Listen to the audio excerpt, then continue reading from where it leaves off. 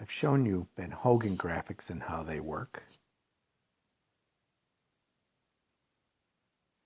And I've shown you how important that inner wall is. The side of the head, the forearm, the elbow, the right hip all align. I've shown you the magic of 123 and the posture and how important that is to maintain that posture through the swing, whether you're a pro or an amateur.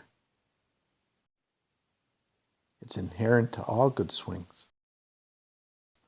I've shown you the one-arm drill. I've shown you the wall drill and how to do the 123 posture. I've even shown you chair drills to do exactly the same thing. Now I'd like to point out another fundamental that I found. If a line is drawn from your front shoulder down to the low point in your swing, and you draw a line up through the side of your head, the side of your head never breaks that inner wall. We then extend our right arm through that shoulder line.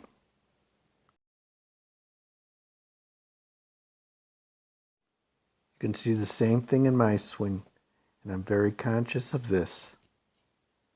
I never cross the inner wall. I have the alignments that we spoke about in the Hogan videos, and I align my joints and the side of my head to that inner wall. Then from palm up, toe up position, I simply extend my right arm through the shoulder to low point line.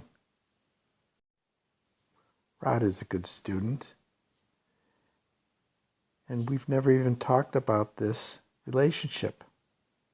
But here you can see that the low point is going to be just behind the ball since it's a wood. We only have one swing to the low point. It's inherent to the method simply because of the wall drill and the 123 posture. You'll see from palm up to toe up, the side of his head will not break that inner wall. Let's look at McCatton, a top teacher, and see if this is still true. The lines are drawn to the low point. There's one swing. He's reaching out to our wall, the wall drill. Let's look at Lee. Different method, but same fundamental. The side of his head will not break that inner wall, and he simply extends when the joints are aligned to that inner wall through to the shoulder low point line.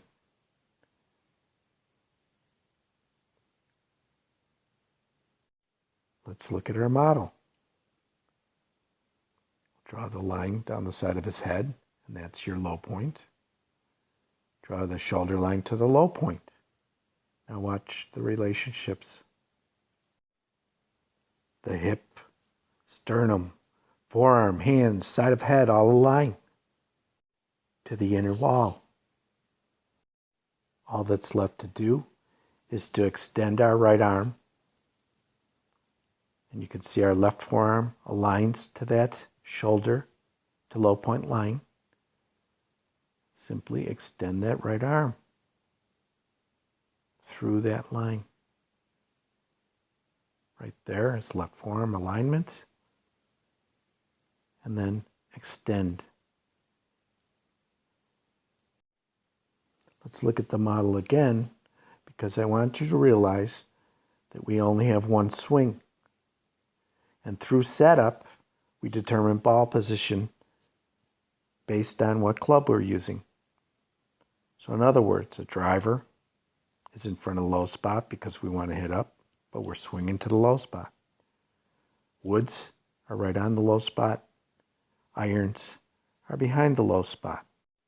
One swing, balls just get in the way. Setup to the side of our head, low point would be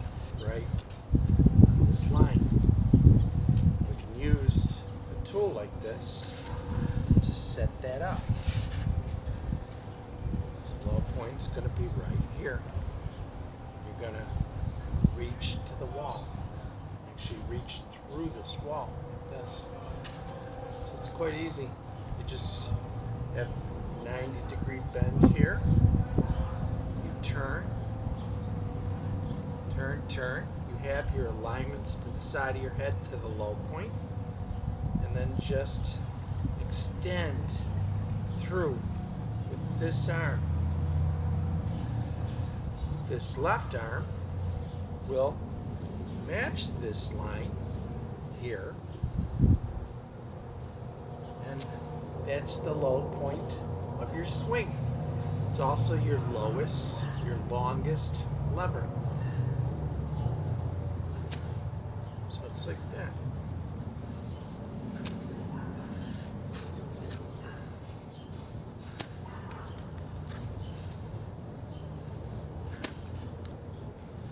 And that's all there is to it. Clubs change and tell you where the ball is because you stand to the handle. So the low points here, your driver setup, the ball will be here. Watch where the handles meet. Handles meet at the same point, but it's two different ball positions. But it's only one move to the wall. There's no difference.